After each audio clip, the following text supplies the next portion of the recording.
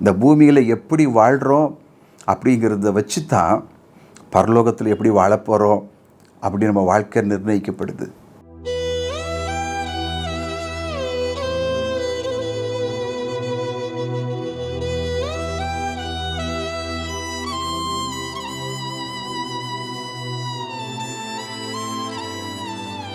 அப்படி பொக்கிஷத்தை சேர்ப்பதுன்னா என்ன? பரலோகத்தில் அப்படி என்ன நீங்கள் சேர்க்க முடியும்? இங்கேருந்து பணத்தை கொண்டு போய் அங்கே வைக்க முடியுமா? இங்கேருந்து தங்கத்தையும் வெள்ளியும் கொண்டு போய் அங்கே வைக்க முடியுமா? அங்கே சேர்த்து வைக்க முடியுமா? முடியாது. அப்போ அதற்கான விளக்கம்தான் ஆண்டவர் சொல்கிறாங்க, உங்களுக்கு உள்ளவைகளை விற்று அதை ஏழைகளுக்கு கொடுங்கள். கவனிக்கிறீங்களா?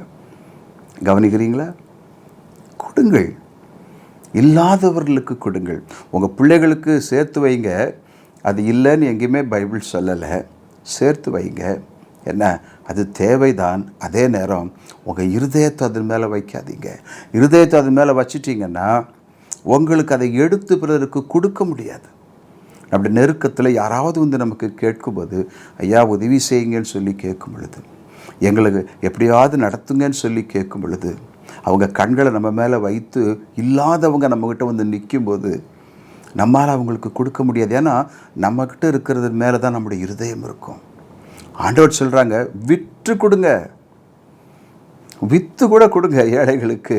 ஏன்னா அதன் மூலமாக நம்ம என்னத்தை வெளிப்படுத்துகிறோன்னா, இது தேவனிடமிருந்து நான் பெற்றுக்கொண்டது அப்படிங்கிறத வெளிப்படுத்துகிறோம். கவனிக்கிறீங்களா?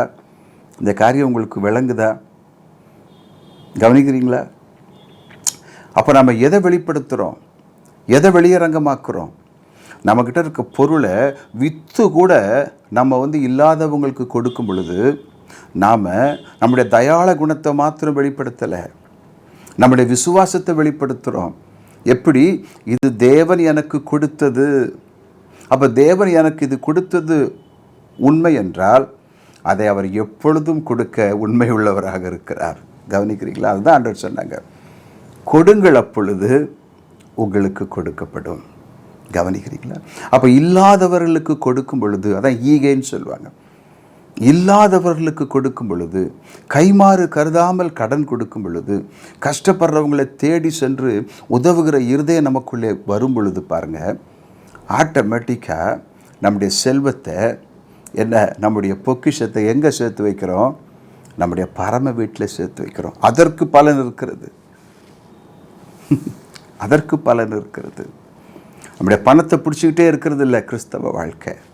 கர்த்தர் கொடுத்தார்னு சொல்லிக்கிட்டு அந்த பணத்தையே பிடிச்சிக்கிட்டு இருக்கிறது இல்லை, சொத்தையே பிடிச்சிக்கிட்டு இருக்கிறது இல்லை. கவனிக்கிறீங்களா?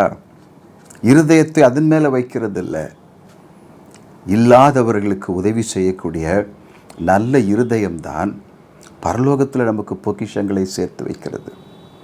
ஆகையினால் இந்த கொடுக்கிற குணத்தை மட்டும் நம்ம விட்டுறவே கூடாது. அதான் நம்முடைய அஸ்திபாரமே. கர்த்தர் தம்முடைய ஜீவனை நமக்காக கொடுத்து அன்பு இன்னது என்று நாம் உணரும்படி நமக்கு அன்பு தெரியாதுங்க. அன்புன்னா என்னன்னு தெரியாது நமக்கு. ஆனால் இதுதான் அன்புன்னு சொல்லி தம்முடைய ஜீவனையே நமக்காக கொடுத்தார். யார் கொடுத்தது? ஒரு சாதாரணமானவர் அல்ல, வானத்தையும் பூமியை உண்டாக்கின தேவனுடைய குமாரன். கவனிக்கிறீங்களா? தன்னையே கொடுத்தார், தன்னையே வெறுமையாக்கினார். தேவனுக்கு சமமான தேவனுடைய குமாரன் தம்மை தாமே வெறுமையாக்கினார். கொடுப்பது, அதுதான் அஸ்திபாரம், சேரிட்டி. ஹல்லேலூயா. கொடுக்கிற மனசு வேணும், உதவி செய்கிற மனசு வேணும். அதுதான் ஆண்டவர் சொல்கிறாங்க இங்கே. நம்ம இன்னொரு தடவை வாசிக்கிற பாருங்க, உங்களுக்கு உள்ளவைகளை விற்று பிச்சை கொடுங்கள்.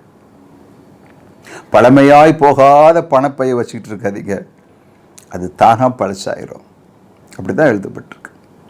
பிச்சை கொடுங்கள்னாலே அது யாருக்கு கொடுக்கணும்னு உங்களுக்கு தெரியும். அதை பற்றி விளக்க வேண்டிய அவசியம் இல்லை. இல்லாதவர்களுக்கு, நெருக்கப்படுகிறவர்களுக்கு, அடுத்த வேளை என்ன செய்கிறதுனே தெரியாமல் தவிக்கிறவங்க இருக்க தான் செய்கிறாங்க. நம்ம வாழ்க்கையில் அப்படிப்பட்டவங்களை சந்திக்க நேரிடும். அப்படிப்பட்டவர்களுக்கு உதவி செய்ய வேணும். கவனிக்கிறீங்களா? இந்த பூமியில் எப்படி வாழ்கிறோம் அப்படிங்கிறத வச்சு தான் பரலோகத்தில் எப்படி வாழப்போகிறோம் அப்படி நம்ம வாழ்க்கை நிர்ணயிக்கப்படுது. கவனிக்கிறீங்களா? தாளந்தாக இருந்தாலும் சரி தான், பணமாக இருந்தாலும் சரி தான், பொருளாக இருந்தாலும் சரிதான், அது பயன்பட வேண்டும். இங்கே பழமையாய் போகாத பணப்பையை வச்சுக்கிட்டு பணத்தை சேர்த்து வைக்கிறதால ஒருவருக்கும் அது நன்மை கொடுக்க போவதில்லை. ஆகவே ஈகை, அந்த கொடுக்கிற குணம் பரலோகத்தில் நமக்கு பொக்கிஷத்தை சேர்த்து வைக்கும். நாம் ஜீவனுள்ள தேவனுடைய பிள்ளைகளாக இருக்கிறோம் என்பதற்கு சாட்சியே நம்முடைய அன்பும் இரக்கமும் கொடுக்கக்கூடிய மனமும் தான். அதை தேவன் நமக்கு தருவார். ஒன்றும் இல்லை, கொடுத்து பாருங்க, கட்டாயம் உங்களுக்கு கூட கொடுக்கப்படும். நான் சொல்லலை, அதை கர்த்தர் சொல்லியிருக்காங்க. கொடுங்கள், அப்பொழுது உங்களுக்கு கொடுக்கப்படும். எப்படி கொடுப்பாங்களாம்? அமுக்கி குலுக்கி சரிந்து விழும்படி அளப்பார்களாம். ஆகையினால் உங்கள் இருதயம் கலங்காது இருக்கட்டும். கஷ்டப்படுறோமே என்ன பண்ணுறதுன்னு நினைக்காதீங்க. ஒரு முறை எலியா பஞ்சகாலத்தில் ஒரு விதவையின் வீட்டுக்கு அனுப்பப்படுறாங்க. அந்த விதவையின் வீட்டில் ஒரு வேளைக்கு தான் உணவு இருக்குது, மாவும் இருக்குது, எண்ணெயும் இருக்குது. அந்த விதவை ஒரே ஒரு மகனோடு இருக்கிறாங்க. அதை சாப்பிட்டுட்டு சாகலான்ற முடிவில் இருக்கிறாங்க. ஆனால் தீர்க்கதரிசி கேட்டபோது அதை மனமோந்து சந்தோஷமாக கொடுத்தாங்க பாருங்கள்.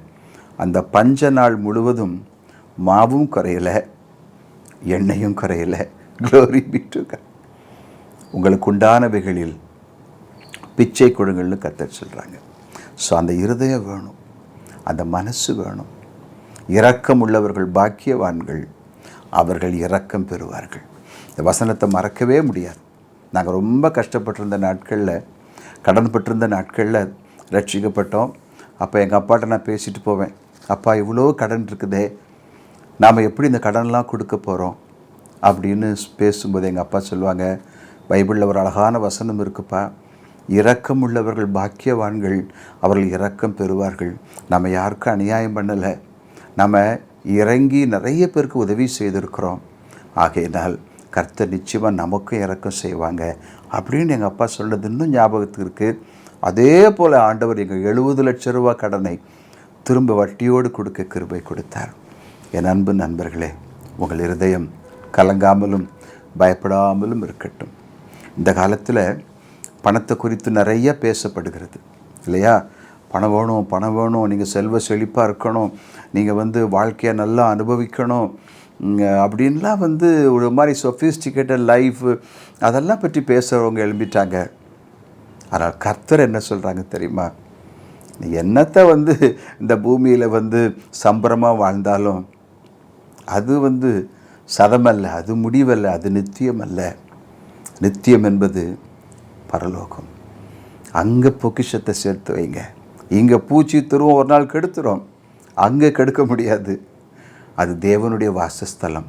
தேவன் தம்முடைய பிள்ளைகளுக்கு உருவாக்குகிற வாசஸ்தலம். அதை நாடுவோம்.